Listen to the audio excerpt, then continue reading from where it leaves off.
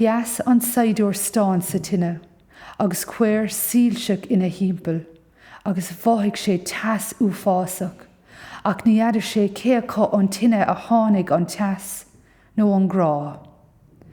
Ní raibh na dána fanta ina casóg, ach ní raibh isig ag aine conas a cail sé iad. Déag sé ar an chalín beag agus déag siise agus bhaigh sé féin a leá. Ach cheas sé mar cheasach Saighdiúir ma is a gona ar a gúlan. An sin tháinig poghhuithe go toban, agus dosca sé duras an teomra. Scúbach suas an ring ceor beag leis an gcuid, agus is steach léasa tine chun an Saighdiúir Stáin.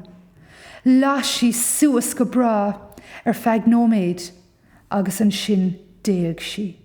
De leag an Saighdiúir go raibh sé ina phléasc gan crut, agus mad an lá ar an bharnach nuair bhí an chalín aimsire ag tógant na gríosaí lé, fuair sí an Saighdiúir bocht I bhar an Críoch Stáin.